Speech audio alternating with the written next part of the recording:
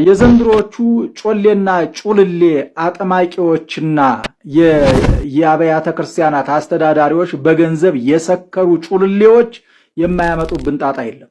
የስውሯ ማርያም እምነት ቅቤ ነው፣ በጾም ሰዓት መጠቀም እንችላለን ወይ የሚል ጥያቄ ደርሶኛል። ውድ የልዑል እግዚአብሔር ልጆች በዚህ ዙሪያ መልስ ይዤ መጥቻለሁ። ቤተክርስቲያኒቷን ተባብሮ ማፍረስ ወይስ ተባብሮ ማነጽ? ምንድነው የተያዘው? ቤተክርስቲያኒቷን ግራ አታጋቧ ተባካችሁ። የእግዚአብሔር ቸርነት ከሁላችን ጋር ይሁን። ቀጥታ ወደ መልሱ። እንግዲህ የስውሯ ማርያም እምነት ቅቤ ነው፣ በጾም ሰዓት መጠቀም እንችላለን ወይ የሚል ጥያቄ ነው የደረሰኝ። ጥያቄዎችን አከብራለሁ፣ እግዚአብሔር ያክብርልኝ።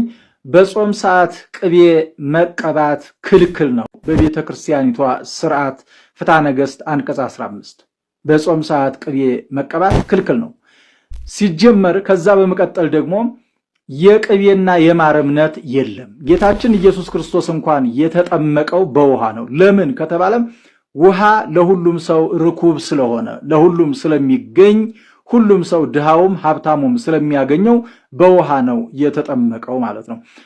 የዘንድሮቹ ጮሌና ጩልሌ አጥማቂዎችና የአብያተ ክርስቲያናት አስተዳዳሪዎች በገንዘብ የሰከሩ ጩልሌዎች የማያመጡብን ጣጣ የለም። ይሄ በገንዘብ መስከር ነው። በአካባቢው ያሉ ሰዎች ማር ያለበት አካባቢ ሲሆን ቀዳማያት የሚባል አለ። አስቀድሞ ከሚቆረጠው ማር አንዳንድ ቅል ይዘው ይመጣሉ። ይሄ ጊዮርጊስ ማር፣ ይሄ አርሴማ ማር፣ ይሄ ማርያም ማር እያሉ ህዝቡን ሲያደናግሩና ሲያጭበረብሩ ይውላሉ ማለት ነው። ከዛ በመቀጠል ደግሞ ሌላው አስቸጋሪው ነገር ደግሞ በአካባቢው ደግሞ አሁንም ደግሞ ሳር ያለበትና ላም ያለበት አካባቢ ከሆነ ህዝቡ ማሩን ይዞ ይመጣል። ያንን እምነት ነው ብለው ይቸበችባሉ ማለት ነው። የማር እምነት የወተት እምነት የሚባል ነገር የለም። እምነት ምንድነው ታዲያ ከተባለ ማይጠንተ ወርቁ ውስጥ የጣኑ እራሪ ወደ አመድነት የተቀየረው እሱን ነው ወስደው ከዱር አባቶቻችን ጀምረው በትንሽ ለታመሙ ሰዎች እየተሰጠ በውሃ በጥብጠው ሊጠጡት ይችላሉ፣ ፊታቸው ላይ ሊተባበሱት ይችላሉ። እሱ ነው እንጂ እምነት የሚባለው። አንዳንድ ቦታ ላይ የበሶ ጭብጦ እምነት ነው ብለው የሚሰጡ ሰዎች አሉ። እንዴ ኧረ እናንተ በገንዘብ የሰከራችሁ ሰዎች ጥግ ያዙ። ለምን ስርዓት አትይዙ? ቤተክርስቲያኒቷን ግራ አታጋቧ ተባካችሁ። አንዳንድ ቦታ ላይ ደግሞ የሆነ የዛፍ ሽበት እሱ እምነት ነው ብለው የሚሰጡ ሰዎች አሉ። ምንድነው ጉዳዩ?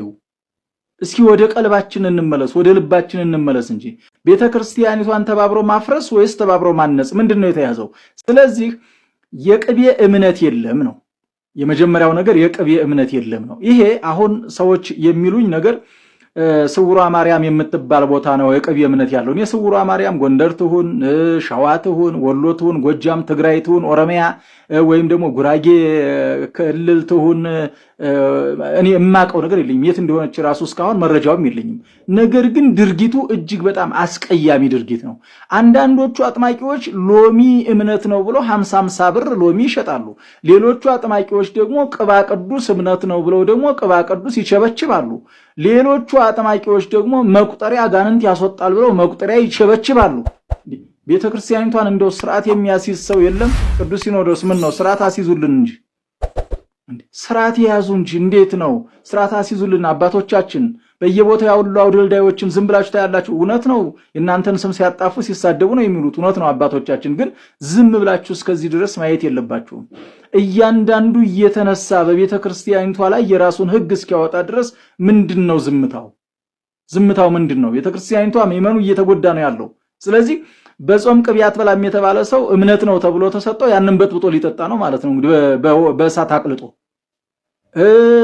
በጾም ቅቤ አትቀባም የተባለ ሰው እምነት ነው ተብሎ ተሰጥቶታል፣ አናቱ ላይ አስቀምጦ በቃ ሲዞር ሊውል ነው ማለት ነውና እንዲህ አይነት ድርጊት፣ እንዲህ አይነት ስርዓት፣ እንዲህ አይነት ማጭበርበር፣ እንዲህ አይነት አደገኛ አካሄድ ለቤተ ክርስቲያኒቷ መርዛማ ስለሆነ ይሄ ባጭሩ መቆም አለበት።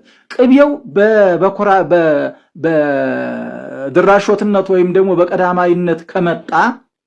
በቀዳማያትነት ከመጣ ቀድሞ የደረሰ ተብሎ የመጀመሪያውን ግፊት ሰዎቹ ሰብስበው ካመጡት ቅቤው በቤተ ክርስቲያኒቷ ሱቅ ላይ ወይም ደግሞ ለነጋዴዎች እንደው ቤተ ክርስቲያን የገባም አይሸጥም ነበር። ዘንድሮ እንደው ዘመኑ የተበላሸ ስለሆነ ነው እንጂ አቡነ ዘበሰማያት የደረሰበት ቤተ ክርስቲያን የገባ የትኛውም ስለት የትኛውም መባ ለካህናት እንጂ ወጥቶ አይሸጥም ነው የሚለው ፍትሐ ነገሥቱ።